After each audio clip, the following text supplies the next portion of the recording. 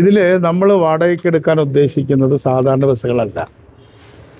ഇപ്പോൾ ഓണം വെക്കേഷനും അതേപോലെ തന്നെ ശബരിമലയും പ്രമാണിച്ച് നമുക്ക് കുറച്ച് നല്ല ബസ്സുകൾ, നമ്മൾ ലക്ഷറി എന്നുള്ള വാക്കാണ് ഉപയോഗിക്കുന്നതിന്, ആ വണ്ടികളുടെ എണ്ണത്തിൽ നമുക്ക് കുറവുണ്ട്. അപ്പോൾ ഞാൻ ഇന്നലെ കണ്ണൂരിൽ പറഞ്ഞത് ഒരല്പം ആശയക്കുഴപ്പം ഉണ്ടാക്കിയിട്ടുണ്ടോയെന്ന് എനിക്ക് അറിഞ്ഞുകൂടാ.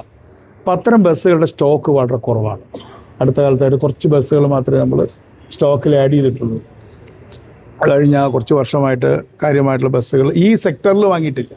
ബാക്കി ഇപ്പോൾ സ്വിഫ്റ്റിനൊക്കെ വേണ്ടിയിട്ടുള്ള വണ്ടികൾ വാങ്ങിയിട്ടുണ്ട്. അപ്പോൾ ഇന്നലെ ഞാൻ പറഞ്ഞതിൽ കുറച്ച് അവ്യക്തത എനിക്കും തോന്നി. അപ്പോൾ അതുകൊണ്ട് വളരെ വ്യക്തമാക്കാൻ ആഗ്രഹിക്കുകയാണ്, നമ്മൾ വാടകയ്ക്ക് എടുക്കാൻ ഇപ്പോൾ നമ്മൾ ആഗ്രഹിക്കുന്നത് ഇൻഡർസ്റ്റേറ്റിൽ ഓടാൻ പറ്റുന്ന, ബുക്കിംഗ് എടുത്ത് ഓടാൻ പറ്റുന്ന വാഹനങ്ങളാണ് എടുക്കാൻ ആഗ്രഹിക്കുന്നത്. പക്ഷേ നമ്മൾ ആഗ്രഹിച്ചാലും ഇല്ലെങ്കിലും ആരും വണ്ടി തരാൻ തയ്യാറല്ല എന്നുള്ളതാണ് നമ്മൾ നേരിടുന്ന പ്രശ്നം. അതാണ് റിയൽ പ്രോബ്ലം.